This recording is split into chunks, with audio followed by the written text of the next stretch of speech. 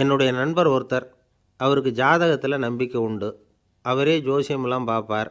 என்ன சார் இந்த காலத்தில் இதையெல்லாம் நம்பிக்கிட்டு இருக்கீங்களேன்னு கேட்டா, உங்களுக்கு ஒன்றும் தெரியாது சார், இந்த உலகத்தில் ஒவ்வொருத்தரும் அவங்கவுங்க செய்கிற நல்லது கெட்டதுக்கு தகுந்த பலனை அனுபவிச்சே தீரணும்பார். அது மட்டும் இல்லை, ஒருத்தன் செத்துட்டா கூட அவன் செஞ்ச பாவ புண்ணியங்கள் கூடவே போயிட்டுருக்கோம்பார். அது எப்படி கூட போகும் அப்படின்னு குதர்க்கமாக கேட்டால், அதுக்கு அவர் ஒரு கதை சொன்னார். அது ரொம்ப சுவாரஸ்யமாக இருந்தது. ஒரு ஊரில் ஒருத்தர் இருந்தாராம். அவர் ஜோசியம் பார்க்குறதுல ரொம்ப கெட்டிக்காரரு. ஒருத்தருடைய தலைமுடியை மட்டும் அவர்கிட்ட காட்டினா போதும், அதை மட்டும் பார்த்துட்டு அவருடைய ஜாதகத்தையே சொல்லிவிடுவாராம். அப்பேற்பட்ட திறமை. அந்த ஆள் ஒரு சமயம் கன்னியாகுமரி கடற்கரைக்கு போயிருந்திருக்கிறார். அங்கே கரை ஓரமாக ஒரு மண்டை ஓடு கிடந்திருக்கு. அதை எடுத்து பார்த்துருக்கிறார். அந்த மண்டை ஓட்டை வச்சுக்கிட்டே அதோட ஜாதகத்தை அலசியிருக்கிறார். இந்த மண்டை ஓட்டுக்கு ஒரு ஆசாமி வாழ்க்கையில் ரொம்ப கஷ்டப்பட்டுருக்கிறான், நிறைய கஷ்டத்தை அனுபவிச்சிருக்கிறான், அது தாங்க முடியாமல் தான் கடலில் விழுந்து தற்கொலை பண்ணிகிட்ருக்கான் அப்படிங்கிறத அவர் கணிச்சுட்டார். இருந்தாலும் இந்த மண்டை ஓடு இன்னமும் அனுபவிக்க வேண்டியது பாக்கி இருக்குது அப்படிங்கிறதையும் அவர் உணர்றார். அது சரி, ஒருத்தன் உயிரோடு இருக்கிற வரைக்கும் தானே நல்லது கெட்டதை அனுபவிக்க முடியும். செத்ததுக்கு அப்புறமும் பாக்கி இருக்குன்னா அதை எப்படி அனுபவிக்கிறது? இந்த மண்டை ஓட்டுக்கு இன்னும் கொஞ்சம் பாக்கி இருக்குது அப்படிங்கிறது அவருக்கு புரிஞ்சதே தவிர அதோட அர்த்தம் என்னங்கிறது அவருக்கு சரியாக விளங்கலை. சரி, இதை இன்னும் கொஞ்சம் விவரமாக ஆராய்ச்சி பண்ணி பார்ப்போம் அப்படின்னு நினச்சிக்கிட்டு அதை தன்னுடைய வீட்டுக்கு எடுத்துகிட்டு போயிட்டார். அந்த மண்டை ஓட்டை ஒரு பொட்டியில் வச்சு பூட்டினார். தன்னுடைய தனி அறையில் அதை பத்திரமா வச்சுக்கிட்டார். தினமும் ராத்திரி ஆனதும் தன்னுடைய மனைவியை பார்த்து, நீ போய் பூஜை அறையில் தனியாக படுத்துக்கோ அப்படின்னு சொல்லிவிட்டு, இவர் தினம் ராத்திரி 12 மணிக்கு பொட்டியை திறந்து அதை பார்ப்பார். மண்டை ஓடு அப்படியே இருந்ததே தவிர இன்னும் கொஞ்சம் பாக்கி இருக்குங்கிறதுக்கு அர்த்தம் அவருக்கு விளங்கலை. அந்த மண்டை ஓட்டுக்கு இன்னும் என்ன பாக்கி இருக்க போகுது? இப்படியே ஒரு 10 நாள் போச்சு. அந்த வீட்டம்மாவுக்கு சந்தேகம் வந்துட்டுது. நம்ம வீட்டுக்காரர் நம்மளை தனியாக ஏன் தூங்க சொல்கிறார் அப்படிங்கிற சந்தேகம். உடனே பக்கத்து வீட்டு அம்மாக்கிட்ட விஷயத்தை சொல்லியிருக்கிறாங்க. அந்த அம்மா உடனே, நீ கவலைப்படாத, நான் கண்டுபிடிச்சி சொல்கிறேன்னு சொல்லிவிட்டாங்களாம். அன்றைக்கி ராத்திரியே ஜன்னல் வழியாக எட்டி பார்த்துருக்குறாங்க.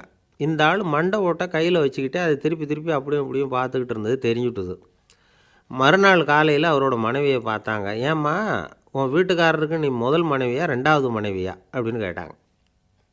எனக்கு தெரிஞ்ச வரைக்கும் நான் ஒருத்தி தான் அவருடைய மனைவின்னாங்க. அப்படி இல்லை, நீ அவருக்கு 2வது மனைவி. முதல் மனைவியின் மண்டை ஓடு தான் அவர் கையில் இருக்குப்போ, அதை தான் அவர் தினமும் ராத்திரியில் எடுத்து பார்த்துக்கிட்டு இருக்கிறாரு அப்படின்னு விட்டாங்க அந்த அடுத்த வீட்டம்மா. அப்படியா விஷயம்னு சொல்லிவிட்டு கணவன் வீட்டில் இல்லாத நேரமாக பார்த்து அந்த மண்டை ஓட்டை எடுத்து கொண்டாந்து ஒரு உரலில் போட்டு உலக்கையால் குத்தி நொறுக்க ஆரம்பிச்சுட்டுது அந்த அம்மா. வெளியே போயிருந்த அந்த ஆள் அப்போ தான் உள்ளே நுழைஞ்சார். மண்டை ஓடு உலக்கைக்கிட்ட குத்து வாங்கிட்டு இருக்கு. அது அனுபவிக்க வேண்டியது இன்னும் கொஞ்சம் பாக்கி இருக்குது அப்படிங்கிறதுக்கான அர்த்தம் எனக்கு இப்போ தான் புரிஞ்சுதுன்னாராம் அவர். இந்த கதையிலேருந்து நாம் இன்னொரு நீதியையும் புரிஞ்சுக்கணும். அதாவது நம்ம வீட்டை பற்றி நமக்கு தெரியாததெல்லாம் அடுத்த வீட்டுக்காரங்களுக்கு நல்லா தெரியும். ரொம்ப நாளைக்கு முன்னாடி ஒரு நாள் கோவலன் நாடகம் நடந்தது. எங்கள் மதுரையில் நடந்தது. அதில் ஒரு முக்கியமான கட்டம், கண்ணகி கிட்ட சிலம்பை வாங்கிக்கிட்டு அதை விற்கிறதுக்காக மதுரை நகருக்கு புறப்படுறான் கோவலன். அந்த சமயத்தில் கண்ணகி பாடுற மாதிரி ஒரு நாடக பாடல், நாடக ஆசிரியர் எழுதினது. அது என்ன பாட்டுன்னா, மா பாவியோர் கூடி வாழும் மதுரைக்கு மன்னா போகாதீர் என்று அப்படின்னு ஆரம்பிக்கும் அந்த பாட்டு. இதுதான் அந்த பாட்டு. இதை கண்ணகி மேடையில் பாடின உடனே கூட்டத்தில் சலசலப்பு. நம்ம ஊர்லேயே நமக்கு முன்னாடியே நின்றுக்கிட்டு மா பாவியோர் கூடி வாழும் மதுரை அப்படின்னு சொல்கிறாங்களே, என்ன தைரியம் அப்படின்னு எல்லாம் குழப்பம் பண்ண ஆரம்பிச்சிட்டாங்க. மக்கள் சத்தம் போட ஆரம்பிச்சிட்டாங்க. எதிர்ப்பு குரல் அது பாட்டுக்கு வர வர அதிகமாக போட்டுது. கொண்டுக்கிட்டு வா அந்த நாடக ஆசிரியரை, எழுதுனது யார் அப்படின்னு ஒரே சத்தம் கூச்சல். வேறு வழி இல்லை. மெதுவாக மேடைக்கு வந்தார் அந்த நாடக ஆசிரியர். 4 பக்கத்திலிருந்தும் கேள்வி கணைகள். மக்களை பார்த்து கொஞ்சம் அமைதியாக இருங்கோ அப்படின்னு சொல்லிவிட்டு தன்னுடைய விளக்கத்தை சொல்ல ஆரம்பித்தார் அந்த நாடக ஆசிரியர். மா அப்படின்னு சொன்னால் திருமகளாகிய லட்சுமி அப்படின்னு அர்த்தம். பா அப்படின்னா கலைமகளாகிய சரஸ்வதி. வி அப்படின்னா மலைமகளாகிய பார்வதி. மா பாவியோர் அப்படின்னா திருமகளும் கலைமகளும் மலைமகளும், இவங்க மூவரும் அப்படின்னு அர்த்தம். இந்த 3 பேரும் வாழ்கின்ற மதுரை புனிதம் நிறைந்தது, சகல செல்வங்களும் நிறைஞ்சது. அப்படிப்பட்ட ஊரில் நான் அணிந்து கொள்ளும் இந்த சாதாரண சிலம்பை யார் வாங்கிக்குவாங்க? அப்படிங்கிற எண்ணத்தோடு தான் கண்ணகி அப்படி சொல்கிறா. அதை நினச்சி தான் நான் எழுதினேன். ஆகவே மதுரையை ரொம்ப சிறுமப்படுத்தணும், ரொம்ப மோசமாக எழுதணும் அப்படிங்கிற எண்ணம்லாம் எனக்கு கிடையாது. பெருமைப்படுத்தணும்னு நினச்சி தான் அப்படி எழுதினேன் அப்படின்னு விளக்கம் கொடுத்தாராம். இந்த விளக்கத்தை கேட்டதும் எல்லாரும் ரொம்ப சமாதானம் ஆகிட்டாங்களாம். இப்படி விளக்கம் கொடுத்த அந்த நாடக ஆசிரியர் யார் தெரியுமா? அவர் தான் தமிழ் நாடக உலகின் முதல் ஆசான் சங்கரதாஸ் சுவாமிகள். அவருக்கு நகைச்சுவை உணர்வும் அதிகம். 1920ஆம் ஆண்டு திருநெல்வேலியில் அவர் தங்கியிருக்கிறார் நாடகம் நடத்துறதுக்காக. அவர் தங்கியிருந்த வீட்டில் கொசு மூட்டை பூச்சி அதிகமாக இருந்திருக்கு. அவரால் தூங்கவே முடியல. அவர் அனுபவித்த தொல்லைகள் ஒரு பாட்டாக உருவாச்சு. வேடிக்கையாக ஒரு பாட்டு எழுதினாராம். மூட்டையும் கொசுவும் ஒரு வீட்டிலே மீட்டிங் போட்டால் முன்னே நிற்க யாரால் முடியும்? கொசு மோகன ராகம் போல சத்தம் போட்டு முன்னே நின்று செய்திடும் யுத்தம். இதை மறுநாள் நாடகத்தில் கோமாளி வேஷம் போட்ட ஒரு சிறுவனை விட்டு பாட வச்சுருக்கார். எல்லாரும் சிரித்து ரசித்தாங்களாம். சங்கரதாஸ் சுவாமிகள் கல்யாணமே பண்ணிக்கல, துறவி மாதிரியே வாழ்ந்திருக்கார். தமிழ் நாடக கலைக்கு தன்னையே அர்ப்பணம் பண்ணிட்டவர் அவர்.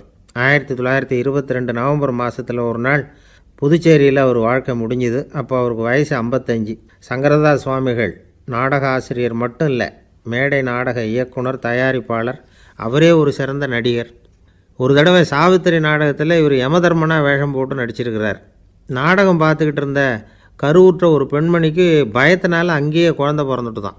அந்த நிகழ்ச்சிக்கு அப்புறம் இவர் இந்த வேஷம் போடுறப்போலாம் ஜனங்களுக்கு முன்கூட்டியே எச்சரிக்கை கொடுக்க ஆரம்பிச்சிருவாராம்.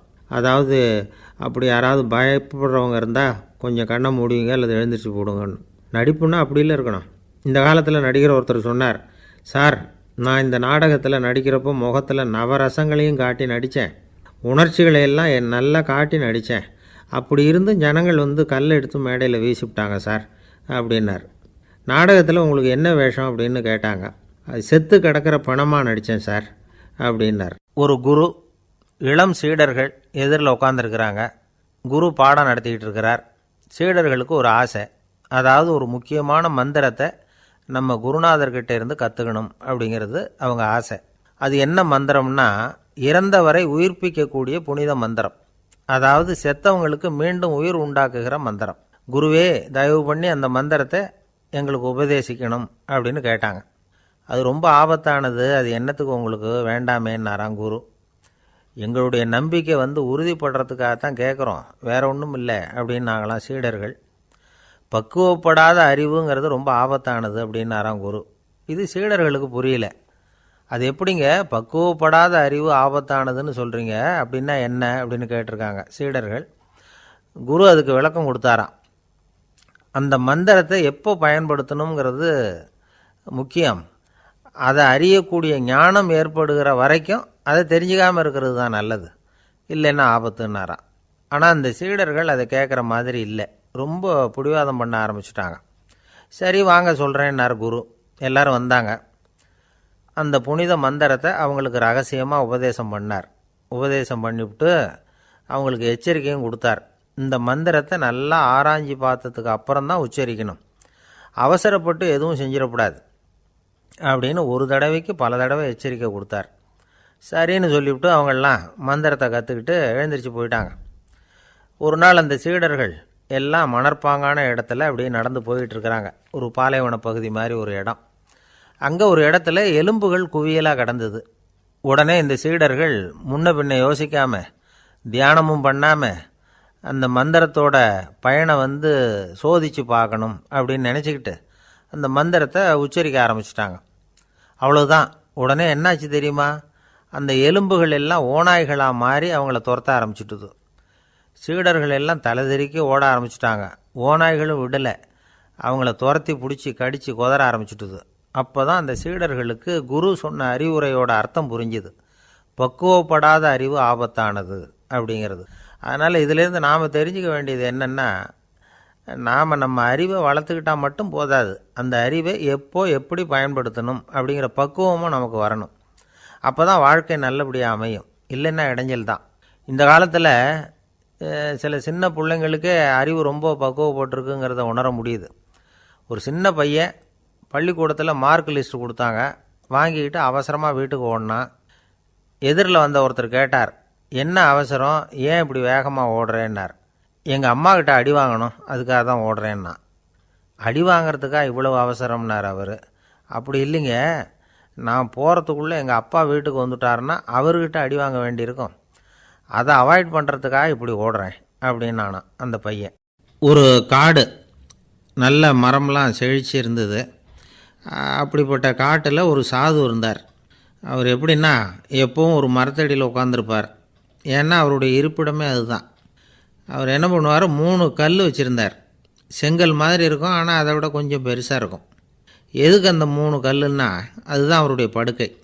அதாவது தூங்குறப்ப ஒரு கல்லை தலைக்கு கீழே வச்சுக்குவார், இன்னொரு கல்லை இடுப்புக்கு கீழே வச்சுக்குவார், இன்னொரு கல்லை காலுக்கு கீழே வச்சுக்குவார்.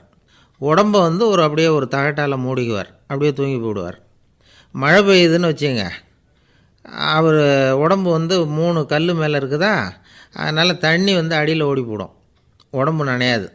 மேலே தகடு இருக்கிறதுனால மழையும் உடம்புல படாது. அவர் தூக்கமும் கிடாது, நிம்மதியாக தூங்குவார். பகலில் அந்த 3 கல்லையும் ஒரு சேர ஒரு அடுப்பு மாதிரி வச்சு அது மேலே உட்காந்துக்குவார். அதனால் பாம்பு பூச்சி எதுவும் அவரை வந்து தொந்தரவு பண்ணுறதில்ல, அது பாட்டுக்கு நகர்ந்து போயிடும். அவர் பாட்டுக்கு நிம்மதியாக இருப்பார். யாராவது எதையாவது கொண்டுகிட்டு வந்து கொடுத்தா அதை வாங்கி சாப்பிடுவார், அவ்வளவுதான். ஒரு நாள் அந்த நாட்டு அரசன் காட்டுக்கு வேட்டையாட வந்தான். அந்த வழியாக வந்தப்போ இந்த சாது படுத்துருக்கிறத பார்த்தான், பரிதாபப்பட்டான். ஐயோ பாவம், இவர் இப்படி இந்த கல் மேலே உடம்பை வச்சுக்கிட்டு தூங்குறாரே, என்ன பாடுபடுவார்.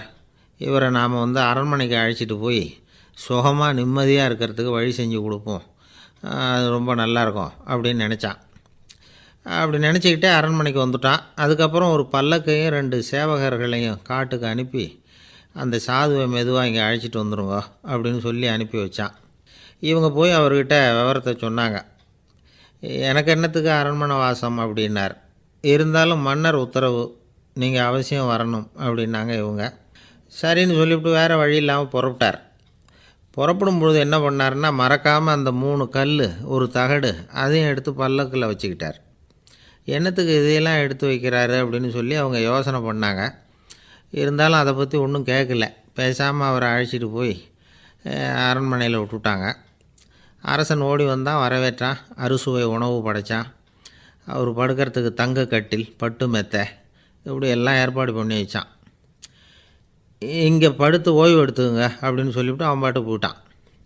மறுநாள் காலையில் வந்து பார்க்குறான், சாது படுத்துருக்கிறார். எப்படி தெரியுமா, அந்த பட்டு மெத்தை மேலே 3 கல்லையும் வச்சு வழக்கம் போலவே அது மேலே படுத்துருக்கிறார், அதுக்கு மேலே தகடு. அரசன் பார்த்துட்டு அதிர்ச்சி ஆகிட்டான். என்ன சுவாமி இப்படி அப்படின்னா, சாது சொன்னார், எனக்கு வந்து தேவையும் இல்லை குறையும் இல்லை, எல்லா இடத்துலையும் எனக்கு ஒரே மகிழ்ச்சி தான் அப்படின்னார். மகிழ்ச்சிங்கிறது தங்க கட்டிலேயோ பட்டு மெத்தையிலேயோ இல்லை, அது வந்து மனசில் இருக்கிற ஒரு விஷயம். உண்மையான மகிழ்ச்சிக்கு வழி வந்து மனப்பக்குவம் அப்படிங்கிறது அந்த அரசனுக்கு புரிஞ்சுதான். இந்த காலத்தில் ஒரு சாமியார், அவரை தேடி ஒரு சீடன் வந்தான். என்னாச்சு தெரியுமா, சுவாமி எனக்கு நிம்மதி வேணும், அதுக்கு என்ன வழின்னு கேட்டான். சாமியார் நிமிர்ந்து பார்த்தார். அப்புறம் சொன்னார், நீ ஏகப்பட்ட பேர்கிட்ட கடன் வாங்கியிருக்கிற, அதையெல்லாம் திருப்பி கொடுத்தா தான் உனக்கு நிம்மதி கிடைக்கும்னார். இவனுக்கு ஆச்சரியம். அது எப்படி சாமி, அவ்வளவு கரெக்டாக நான் கடன் வாங்கினதை கண்டுபிடிச்சிங்க அப்படின்னா. உனக்கு கடன் கொடுத்து சாமியாராக போனதே நான் தான்ப்பா, அதனால தான் இந்த கதிக்கு வந்தேன். என்கிட்டயே வந்து நிம்மதிக்கு வழி கேட்குறிய, அதுதான்டா வேதனை அப்படின்னாராம் அவர். ஒரு தீக்குச்சி தீப்பெட்டியை பார்த்து கேட்டுதான், நாம் 2 பேரும் தானே உரசிக்கிறோம், ஆனால் நான் மட்டும் தீப்பிடிச்சி எரிஞ்சு போகிறேன், நீ அப்படியே இருக்கிறிய அப்படின்னு தான். அதுக்கு தீப்பெட்டி சொல்லியிருக்குது, உனக்கு தலையில் கணம் இருக்குது அதனால் அழிஞ்சு போகிற அப்படின்னு தான். எப்படி இருக்கு பாருங்கள் இந்த பதில். தலையில் கணம் உள்ளவங்க யாருமே சரியாக இருக்க முடியாது. எவ்வளவு பெரியவங்களாக இருந்தாலும் சரி, ரொம்ப கஷ்டம்தான் அது. கர்வங்கிறது கூடவே கூடாது. இதை விளக்கிறதுக்கு மகான் ஒருத்தர் ஒரு சம்பவத்தை சொல்கிறார். அர்ஜுனன் வந்து தீர்த்த யாத்திரை பண்ணானா. அப்போது தென்னிந்தியாவுக்கு வந்திருக்கிறான். ராமேஸ்வரத்துக்கு போனப்போ அங்கே இலங்கைக்கு கல்லுலாம் அடுக்கி போடப்பட்டிருந்த பாலத்தை பார்த்தானா. ஒரு சின்ன குரங்கு அதுக்கு பக்கத்தில் விளையாடிக்கிட்டு இருந்திருக்கு. அதை பார்த்துட்டு அர்ஜுனன் சிரிச்சிருக்கான். ஏன் சிரிக்கிறேன்னு கேட்டிருக்கு அந்த குரங்கு. ராமன் மிகச்சிறந்த வில் வீரன், அப்படி இருக்கிறப்போ அவன் வந்து இலங்கைக்கு அம்புகளாலேயே ஒரு பாலம் கட்டியிருக்கலாம். அதை விட்டுட்டு போயும் உன்ன மாதிரி குரங்குகளை துணையாக வச்சுக்கிட்டு இப்படி ஒரு கருங்கல் பாலத்தை கட்டியிருக்கிறானே அப்படின்னு நானா. அம்புகளால் பாலம் கட்ட முடியுமா அப்படின்னு கேட்டு தான் குரங்கு. ஏன் முடியாது, என்னால் முடியுமேன்னு இருக்கான் அர்ஜுனன். அம்பால் பாலம் கட்டலாம், இருந்தாலும் என்ன மாதிரி குரங்குகள் ஏறி நடந்தால் அது தாங்குமா? அதனால தான் ராமர் வந்து கருங்கல் பாலமே கட்டினார் அப்படின்றது குரங்கு சொல்லிச்சான். அப்படியே சொல்கிற, நான் வேணும்னா இப்போ அம்புகளாலேயே ஒரு பாலத்தை கட்டுறேன், நீ அது மேலே ஏறி நடந்து பார். பாலம் விழுந்துட்டுதுன்னா நான் தீ மூட்டி அதில் குதித்து உயிர் தியாகம் பண்ணிவிட்றேன் அப்படின்னு நான் ரொம்ப கோபமாக. உடனே அந்த சின்ன குரங்கு பெரிய உருவம் எடுத்துட்டு தான் கையில் கதையோடு அர்ஜுனன் முன்னாடி நிற்கிறான் அனுமன். பார்த்தா, என்னுடைய தலைவர் ராமரையா இழிவாக பேசுகிற, நீ இப்போ பாலம் கட்டு, நான் என்னுடைய பலத்தை காட்டுறேன் அப்படின்னு அனுமன். அர்ஜுனன் வந்து தன்னுடைய காண்டிபத்தை எடுக்கிறான், சரமாரியாக அம்புகளை விடுறான். அதெல்லாம் ஒன்றோட ஒன்று கோத்துக்கிட்டு அப்படியே பாலம் மாதிரி நிற்கிது. அர்ஜுனன் தலை நிமிர்ந்து நின்னான். அனுமன் வந்து உயர கிளம்பி அங்கேருந்து பாலத்தில் வந்து பொத்துன்னு இறங்கினான். பாலம் அப்படியே நொறுங்கி போச்சு தூள் தூளாக. என்ன அர்ஜுனா, இப்போ என்ன செய்ய போகிற அப்படின்னா ஏளனமா. அர்ஜுனன் தலையை தொங்க போட்டுக்கிட்டான். சொன்னபடி தீ மூட்டி அதில் குதிக்கிறதுக்காக 3 தடவை சுற்றி வந்தான். அப்போது கிருஷ்ணர் அங்கே வந்தார். என்ன அர்ஜுனா, என்ன நடக்குது, என்ன இது அப்படின்னு ஒன்றும் தெரியாத மாதிரி கேட்டார். அர்ஜுனன் வாயை திறக்கிறதுக்கு முன்னாடி அனுமன் வாயை திறந்தான், நடந்ததை சொன்னான். அர்ஜுனன் சவால் விட்டபடி உயிர் திறந்தே ஆகணும்னு அனுமன். கிருஷ்ணர் யோசனை பண்ணார். நல்லது, இந்த சவால் விட்டதுக்கும் நடந்ததுக்கும் யார் சாட்சி? ஒருத்தரை சாட்சியாக வச்சுக்கிட்டல்லவா நீங்கள் இந்த போட்டியை நடத்தியிருக்கணும் அப்படின்னார். அதனால் என்ன, இப்போ மறுபடியும் அந்த போட்டியை நடத்திவிட்டா போச்சு, என்னால் அந்த அம்பு பாலத்தை நொறுக்க முடியாதா அப்படின்னு அனுமன். சரி, இப்போ மறுபடியும் அது நடக்கட்டும்னார் கிருஷ்ணர். அர்ஜுனன் அம்பு பாலம் அமைச்சான். அனுமன் ஏறி குதிச்சான். பாலம் அசைஞ்சு கொடுக்கவே இல்லை, அவ்வளோ உறுதியாக இருக்குது. இப்போ அனுமன் தலையை குனிஞ்சிக்கிட்டான். அர்ஜுனன் நன்றியோடு நிமிர்ந்து பார்த்தான். கிருஷ்ணருடைய தோள்கள்லேயும் முதுகள்லேயும் ரத்தம். என்ன சுவாமி, என்ன நடந்ததுன்னு நான் பதறி போய், உன் அம்பு பாலத்தை நான் தான் முட்டு கொடுத்து தாங்கிக்கிட்டு இருந்தேன். அனுமன் குதித்தப்போ என் மேலே ஏற்பட்ட காயங்கள் இவை. பின்ன உன்னுடைய அம்பு பலத்தினாலேயா பாலம் நின்றுதுன்னு நினைக்கிற அப்படின்னாரான். முதல்ல வந்து அர்ஜுனன் அப்புறம் அனுமன் 2 பேருக்குமே கர்வ பங்கம் ஆகிட்டு தான். அதாவது அவங்கக்கிட்ட இருந்த கர்வம் போயிட்டுது. யாராக இருந்தாலும் கர்வம் கூடாதுங்கிறத இதிலேருந்து நாம் புரிஞ்சுக்கணும்.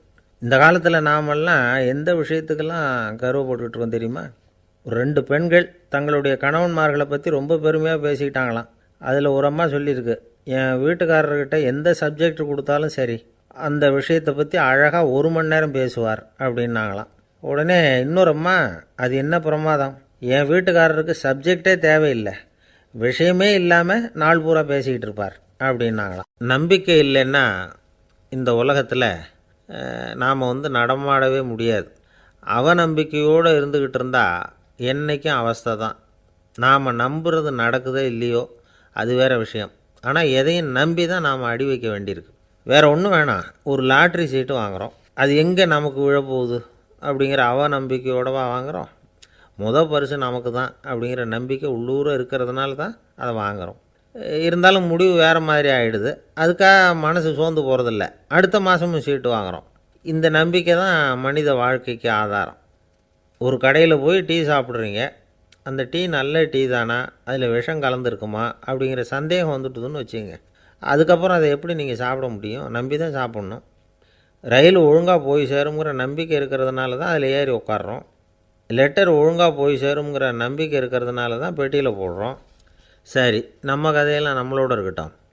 மனித நம்பிக்கை வந்து எந்த அளவுக்கு உறுதியாகவும் அறிவுபூர்வமாகவும் இருக்கணுங்கிறதுக்கு அலெக்சாண்டர் வாழ்க்கையில் நடந்த ஒரு சம்பவத்தை உதாரணமாக சொல்லலாம். இந்த உலகத்தையே ஜெயிக்கணும்னு புறப்பட்டார் அலெக்சாண்டர். ஒரு கட்டத்தில் அவர் சிட்னஸ் நதி கரைக்கு வந்து சேர்ந்தார். அந்த சமயத்தில் அவருக்கு கடுமையான நோய் வந்துட்டுது. அவர் கூடவே வந்திருந்த கிரேக்க வைத்தியர்கள் என்னென்னமோ முயற்சியெல்லாம் பண்ணி பார்த்தாங்க.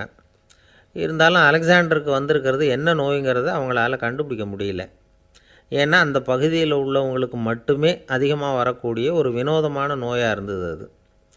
ஆனால் அவர் இருக்கிற இடம் எதிரியோட இடம், பாரசீக மன்னனோட ஆளுகைக்கு உட்பட்ட இடம்.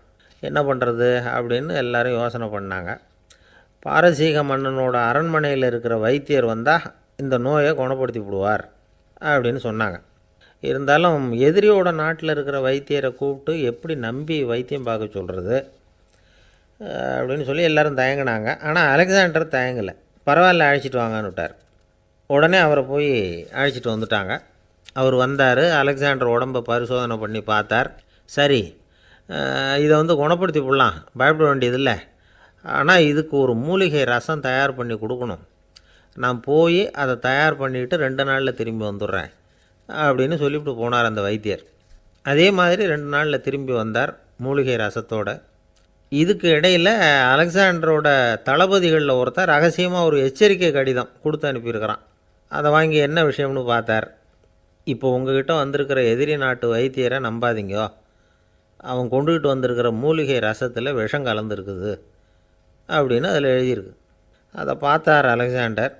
இருந்தாலும் கொஞ்சம் கூட அலட்டிக்கலை. வைத்தியர் கொடுத்த மருந்தை வாங்கி கடகடன்னு குடிச்சுட்டு அதுக்கப்புறம் அந்த கடிதத்தில் இருந்த விஷயத்தை அந்த வைத்தியர்கிட்ட சொன்னார். வைத்தியர் திகைச்சு போயிட்டார். தன் மேலே அலெக்சாண்டர் வச்சுருக்கிற நம்பிக்கையை பார்த்து அவருக்கு ரொம்ப வியப்பு. வைத்தியர் உண்மையிலேயே நல்ல மருந்து தான் கொண்டுகிட்டு வந்து கொடுத்துருக்கிறார், அதில் விஷம்லாம் எதுவும் கலக்கலை. அதுக்கப்புறம் அலெக்சாண்டர் அந்த வைத்தியரை பார்த்து சொன்னாராம், நம்பிக்கைங்கிற அச்சாணியை ஆதாரமாக வச்சுக்கிட்டு தான் இந்த உலகம் சுற்றிக்கிட்டு இருக்குது. எனக்கு எதிரியாக இருந்தாலும் பாரசீக மன்னர் ரொம்ப பெரியவர். அப்பேற்பட்ட மன்னருடைய அரண்மனை வைத்தியர் தொழில் நேர்மை இல்லாதவராக இருக்க மாட்டார். அப்படி இருந்தால் அவரை அரண்மனை வைத்தியராக வச்சிருக்கவே மாட்டாங்க அப்படின்னு நம்பினேன். என்னுடைய நம்பிக்கை வீண் போகலை அப்படின்னாராம். இதுதான் மானுட நம்பிக்கைங்கிறது. இந்த காலத்துலேயும் இது மாதிரி இந்த மானுட நம்பிக்கை ரொம்பவும் சாமர்த்தியமாக கையாளுகிற கெட்டிக்காரங்க சில பேர் இருக்கிறாங்க. இந்த காலத்து குரு, அவருக்கு ஒரு சிஷ்யன். குரு முன்னாடி அந்த சிஷ்யன் ரொம்ப பணிவாக நின்று, குருவே உங்கள் கையால் விஷத்தை கொடுத்தாலும் அதை வாங்கி மடமடன்னு குடிச்சிருவேன் அப்படின்னா. உன்னுடைய குரு பக்தியை மெச்சினேன் அப்படின்னார் குரு. அதுக்கு அந்த சிஷ்யன், அப்படி இல்லை குருவே, உங்கள்கிட்ட சிஷ்யனாக இருக்கிறத விட உங்கள் கையால் விஷத்தை வாங்கி குடிச்சு விட்றது ரொம்ப நல்லது, அதனால தான் அப்படி சொன்னேன் அப்படின்னா. ஒரு ஊரில் ஒரு பெரிய ஞானி இருந்தார். அவர் படுக்கையில் இருந்தார். இன்னும் கொஞ்சம் நேரம்தான் அவர் இந்த உலகத்தில் இருக்க போகிறார். அவரை சுற்றி ஏகப்பட்ட கூட்டம். ஏற்கனவே அவருடைய உபதேசங்களை கேட்டவங்க பல பேர் அவரை சுற்றி நிற்கிறாங்க. அந்த ஞானி மெதுவாக கண்ணை திறந்து பார்க்குறார். எல்லாரும் அவருடைய கடைசி வார்த்தையை கேட்கறதுக்காக அவளோட காத்துக்கிட்டு இருக்கிறாங்க. அந்த ஞானி மெதுவாக பேச ஆரம்பித்தார். நான் என்னுடைய வாழ்நாள் பூராவும் உங்களுக்கு நிறைய போதனைகள் சொல்லிக்கிட்டு இருக்கிறேன். பேரானந்தம், மகிழ்ச்சி, தியானத்தன்மை, இதை பற்றியெல்லாம் சொல்லியிருக்கிறேன். இப்போ நான் வேறு ஒரு கரைக்கு போய்கிட்டுருக்கிறேன். நான் இனிமேல் இந்த கரையில் இருக்க மாட்டேன். நீங்கள் நான் சொன்னதையெல்லாம் கேட்டீங்க, ஆனால் எதையும் நீங்கள் நடைமுறைப்படுத்தி பார்க்கல. எல்லாம் கேட்டதோடு சரி, அதோடு விட்டுவிட்டீங்க. அப்புறம் அதை தள்ளி போட்டுக்கிட்டே வந்துட்டீங்க. மேலும் அதை தள்ளி போடுறதுல எந்த பிரயோஜனமும் கிடையாது. இப்போ நான் போய்கிட்டு இருக்கிறேன், உங்களில் யாராவது என்னோட வர்றதுக்கு தயாரா அப்படின்னு கேட்டார். அவ்வளவுதான், யாரும் வாயை திறக்கலை. ஒரே மௌனம், சத்தமே இல்லை. ஒருத்தர் பார்த்துக்கிட்டே நிற்கிறாங்க. அந்த கூட்டத்தில் ஒரு ஆள் அந்த ஞானி கூடவே 40 வருஷத்துக்கு மேலே இருந்திருக்கிறான். அவனும் வாயை திறக்காமல் இன்னொருத்தன் முகத்தை பார்த்துக்கிட்டே நிற்கிறான். இந்த சமயத்தில் பின்னாடி நின்றுக்கிட்டு இருந்த ஒருத்தன் கையை தூக்கினான். ஞானி அவனை பார்த்தார். சரி, ஒருத்தனுக்காவது நம்மோட வர்றதுக்கு தைரியம் இருக்குது அப்படின்னு நினச்சார். ஆனால் அந்த ஆள் என்ன சொன்னான் தெரியுமா? ஐயா, நீங்கள் கேட்குறப்போ நான் உடனே எழுந்திருக்கல, கையை மட்டும்தான் தூக்கினேன். என்ன காரணம்னா, நான் எப்படி அடுத்த கரைக்கு சேர்றதுங்கிறது தெரிஞ்சுக்கிறதுக்காகத்தான். அந்த விவரத்தை மட்டும் இப்போ உங்ககிட்ட இருந்து நான் தெரிஞ்சுக்க ஆசைப்பட்றேன். ஏன்னா இப்போ நான் உங்கள் கூட வர்றதுக்கு தயாராக இல்லை. எவ்வளவோ காரியங்களை நான் இன்னும் இங்கே முடிக்க வேண்டி இருக்குது. வீட்டுக்கு ஒரு விருந்தினர் வந்திருக்கிறார். என்னுடைய இளைய மகனுக்கு கல்யாணம் பண்ணி வைக்கணும். அதனால் இன்றைக்கி உங்கள் கூட வர முடியாது. அது மட்டும் இல்லை, இப்போ உங்கள் கூட அடுத்த கரைக்கு வந்தால் திரும்பி வர முடியாதுன்னு வேறு சொல்கிறீங்க. அதனால் இப்போ நான் வரல. இன்னொரு நாள் நிச்சயமாக நான் வர்றேங்க, உங்களை சந்திக்கிறேன். அதனால் இப்போ நீங்கள் இன்னொரு தடவை எங்களுக்கு விளக்கமாக சொல்லணும். ஏற்கனவே பல தடவை சொல்லியிருக்கிறீங்க. தயவு பண்ணி இப்போ ஒரு தடவை சொன்னீங்கன்னா சௌகரியமாக இருக்கும். அந்த அடுத்த கரையை அடையிறது எப்படி, இப்போ ஒரு தடவை அதை விளக்கமாக சொல்லிட்டிங்கன்னா நல்லா ஞாபகப்படுத்திக்குவேன். அது சரியான சமயம் வர்றப்போ இது எனக்கு உதவியாக இருக்கும் அப்படின்னு நானா. ஆனால் உண்மை என்ன தெரியுமா? அந்த சரியான சமயம் வரவே இல்லை அப்படிங்கிறது தான் உண்மை. இப்படி அந்த கதை முடியும். இந்த கதை அந்த ஒரு ஆளுக்கு மட்டும் இல்லை, கிட்டத்தட்ட எல்லாருக்குமே அது பொருந்தும் அப்படிங்கிறாங்க விவரம் தெரிஞ்சவங்க. எல்லாருமே அந்த சரியான தருணத்துக்காக தான் காத்துக்கிட்டு இருக்கிறாங்களாம். அதுக்காக ஜோசியம் பார்க்குறாங்க, கைரேகை பார்க்குறாங்க, நாளைக்கு என்ன நடக்குங்கிற ஆவலில் எல்லோரும் காத்துக்கிட்டு இருக்கிறாங்க. ஆனால் அந்த ஒரு நாள் ஒருபோதும் வரப்போகிறதில்ல. நீங்கள் தள்ளி போடுறதுக்காக பல அர்த்தமில்லாத காரணங்களை தேடுறீங்க அப்படிங்கிறார் ஒரு ஞானி. காத்திருக்கிறதுலேயே நம்ம காலம் ஓடி போயிடுது. ஏன்னா இன்றைக்கி நாம் சிந்திக்கிறது நாளைக்கு நாம் சிந்திக்கிறது இல்லை. ஒவ்வொரு நாளும் ஒவ்வொரு மாதிரி போயிடுது. நாளைக்கு மறுநாளை பற்றியே சிந்திக்கிறோம். இப்படியே அது பாட்டுக்கு போயிடும். கரையை தொட்டு பார்க்குறது எப்போ, இதுதான் கேள்வி. நமக்கு வேண்டியப்பட்ட ஒருத்தர் ஒரு ரயில்வே பிளாட்ஃபாரத்தில் நின்றுட்டு இருக்கிறார். அங்கே இருக்கிறவங்ககிட்ட கேட்குறாராம், விசாரிக்கிறார், ஏங்க கிழக்க போகிற ரயில் போயிட்டுதுங்களான்னாராம். போயிட்டுதுன்னு இருக்கிறாங்க.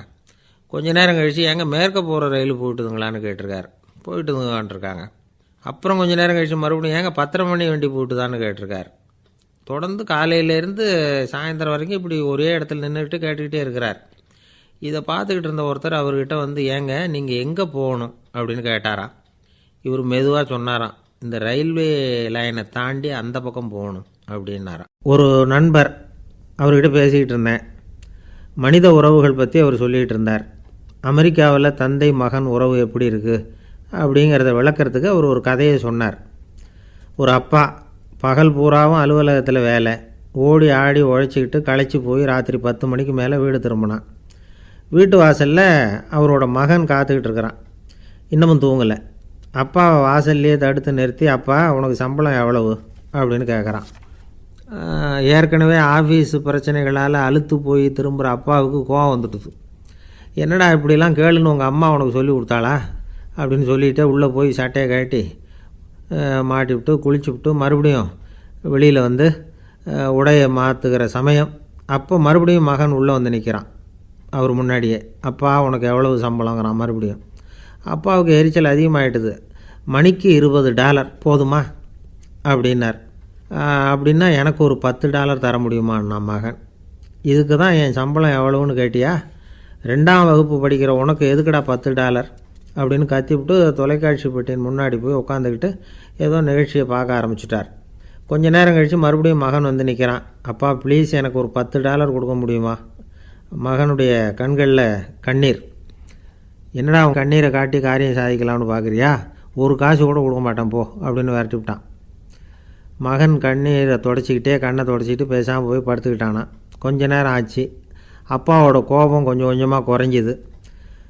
பிள்ளைகிட்ட கோபமாக கத்துனது தப்பு தாங்கிறது புரிஞ்சுது அவனுக்கு. எழுந்திரிச்சு போனான், படுக்கை இறக்கி போனான். மகனை பார்த்தான். அவன் தலையணையை கட்டி பிடிச்சிக்கிட்டு அழுதுகிட்டு இருக்கிறான். அவனை மெல்ல நெருங்கி அவங்ககிட்ட எதமாக பேசுகிறதுக்கு ஆரம்பித்தானான். எதுக்குடா உனக்கு $10 பள்ளிக்கூடத்தில் கேட்டாங்களா அப்படின்னு கேட்டானான். மகன் சொல்லியிருக்கான், இல்லை டாடி, உனக்கு 1 மணி நேரம் சம்பளம் $20ன்னு சொன்னேன். நீ ஏற்கனவே எனக்கு கொடுத்த பாக்கெட் மணி $10 என்கிட்ட இருக்குது. இப்போ நீ இன்னொரு $10 கொடுத்தீங்கன்னா அதையும் சேர்த்து $20 ஆகிடும். அந்த $20 நான் உனக்கு கொடுத்துருவேன். அப்படி கொடுத்தா நீ என் கூட 1 மணி நேரம் செலவழிப்ப இல்லையா? அதுக்காக தான் $10 கேட்டேன் அப்படின்னு சொன்னானான். அந்த அப்பா கண்ணு கலங்கி போச்சான். ஆதரவோடு தன்னுடைய மகனை கட்டி பிடிச்சி அழ ஆரம்பிச்சிட்டாராம். இதுதான் நண்பர் சொன்ன கதை. அமெரிக்கா மட்டும் இல்லை, உலகம் பூராவும் இன்றைக்கி மனித உறவுகள் இப்படி தான் மாறிட்டுருக்கு. பெரியவர்கள் அறிவுரை என்ன தெரியுமா? உங்கள் குழந்தைகளிடமிருந்து குழந்தை பருவத்தை பிரித்து விடாதீர்கள் அப்படிங்கிறது தான். அதாவது இன்றைய குழந்தைகள் தங்கள் பிருந்தாவனத்தை இழந்து விடுகிறார்கள் அப்படிங்கிறது அவங்களுடைய கருத்து. இந்த நிலைக்கு நாம் காரணமாக இருந்துடக்கூடாது. குழந்தைகளோட விளையாடுவோம், குடும்பத்தோடு உறவாடுவோம் அப்படிங்கிறது தான் நம்முடைய நோக்கமாக இருக்கணும். இன்றைய உறவு முறைக்கு இன்னொரு உதாரணம் சொல்லுவாங்க. ஒருத்தர் வந்தாராம். அவர் பக்கத்தில் ஒரு சின்ன பையன். நாம் அவரை விசாரிக்கிறோம், யார் இந்த பையன் அப்படின்னா அவர் சொல்கிறார், இவன் எனக்கு தூரத்து உறவு அப்படின்னாராம். இந்த தூரத்து உறவுன்னா எப்படின்னு இருக்கான். இதுக்கு அவன் சொல்லியிருக்கிறான், இவன் எங்கள் அப்பாவுக்கு 8வது புள்ளை அப்படின்னானான். ஒரு ஆசாமி வேகமாக ஓடிக்கிட்டு இருந்தான். ஏன் இப்படி ஓடுறேன்னு கேட்டார் இன்னொருத்தர். அங்கே ஒரு ஆள் அடிபட்டு கிடக்கிறான், அதை பார்த்தேன், உடனே ஓடுறேன்னா. எங்கேன்னு கேட்டார். ஆஸ்பத்திரிக்குன்னா. ஒரு ஆள் அடிபட்டு கிடக்கிறத பார்த்தா உடனடியாக நாம் செய்ய வேண்டியது முதல் உதவி, அதுக்கப்புறம் தான் ஆஸ்பத்திரி. இன்றைக்கி விபத்துங்கிறது சர்வசாதாரணமாக நடந்துக்கிட்டு இருக்குது. வாகன விபத்து, வெடிகுண்டு விபத்து, தீ விபத்து, கட்டடம் சரியறது, பூகம்பம், இப்படி நிறைய நடக்குது. ஒரு விபத்தை பார்த்துட்டா நம்மளில் பல பேர் நமக்கு என்னத்துக்கு வம்புன்னு ஒதுங்கி போயிடுறதும் உண்டு. சில பேர் துணிஞ்சு கிட்ட போய் உதவி செய்கிறதும் உண்டு. அப்படி உதவி செய்ய நினைக்கிறவங்களுக்கு உபயோகப்படுற தகவல் இது. விபத்தில் காயமடைஞ்சவங்களை 3 பிரிவாக பிரிக்கலாமா. முதல் வகை கொஞ்சம் சீரியஸானது, உயிருக்கு உடனே ஆபத்து தரக்கூடியது. மூளை காயம், முகம், கழுத்து காயங்கள், இருதயம், நுரையீரல் காயங்கள், வயத்தில் உள்ளுறுப்பு காயங்கள், அதிகப்படியான இரத்தப்போக்கு, இதனால எல்லாம் பாதிக்கப்பட்டிருந்தால் அது முதல் வகை. அப்படின்னு நாமளே மனசுக்குள்ளே முடிவு பண்ணிக்கணும். இவங்களுக்கெல்லாம் உடனடியாக முதல் உதவி கொடுக்கணும். தாமதப்படுத்தாமல் ஆஸ்பத்திரிக்கு கொண்டுகிட்டு போயிடணும். இப்படி கொஞ்சம் எச்சரிக்கையாக நடந்துக்கிட்டால் அவங்களில் பல பேரை காப்பாற்றி போடலாம். ரெண்டாவது வகை எப்படின்னா, முதல் உதவி விரைவாக கிடைச்சா உயிர் பிழைக்கக்கூடிய மார்பு காயங்கள், கைகால் எலும்பு முறிவு, இடுப்பு முதுகெலும்பு காயம், சீரான இரத்த சேதம், இப்படிப்பட்டவங்களை ரெண்டாவது வகையாக பிரிக்கணும். ஆபத்து இல்லாத சிராய்ப்புகள், சிறு காயங்கள், இரத்த உறைவுகள், இதனால் பாதிக்கப்படுறவங்க மூணாவது வகை. ஒருத்தர் தலையில் அடிபட்டு நினைவு விழுந்துட்டார்னு வச்சுங்க, அவருக்கு வாந்தி வர்றதுனால புறையேறி மூச்சு அடைப்பு உண்டாகும். இப்படி ஆகாமல் இருக்கிறதுக்காக தலையை ஒரு பக்கமாக சாய்ச்சி வைக்கலாம். நாடி துடிப்பையும் இதய துடிப்பையும் தொட்டு பார்க்கணும். அது குறைஞ்சிருந்தாலும் சரி, நின்று இருந்தாலும் சரி, அவர் மார்பை நிமிஷத்துக்கு 80 தடவை உள்ளங்கையால் அழுத்தி இதய துடிப்பை மீட்கிறதுக்கு உதவி பண்ணணும். கழுத்தில் காயம்பட்டாலும் ஆபத்து அதிகம். கழுத்துக்கு அடியில் ஒரு துண்டை மடித்து வைக்கலாம். 2 பக்கமும் சின்ன தலையணை அல்லது துணி மடிப்புகளை வச்சு கழுத்தை அதிகமாக அசையாமல் பார்த்துக்கலாம். முதுகெலும்பு முறிஞ்சிருக்குமோ அப்படிங்கிற சந்தேகம் இருந்ததுன்னா அவரை அதிகமாக அசைய விடக்கூடாது. அதிகமாக அசைஞ்சால் தண்டு இடத்துல பாதிப்பு ஏற்பட்டு கைகால் விளங்காமல் போயிடும். அவரை ஒரு கனமான போர்வை இல்லைன்னா பாயில் படுக்க வச்சு 4 பேர் மெதுவாக தூக்கி மருத்துவ உதவிக்கு அனுப்பி வைக்கலாம். கையெலும்பு முறிஞ்சிருந்தால் முறிஞ்ச பாகத்தை உடம்போடு சேர்த்து அசையாமல் கட்டி போடலாம். கால் எலும்பு முறிஞ்சிருந்தால் மற்ற காலோடு சேர்த்து கட்டி போடலாம். முறிஞ்ச பாகம் தொங்காமல் பார்த்துக்கணும். அப்போ தான் வீக்கம் உண்டாகாமல் இருக்கும். வெட்டு காயம், குண்டடிப்பட்ட காயம், இதிலெல்லாம் ரத்தப்போக்கு அதிகமாக இருக்கும்.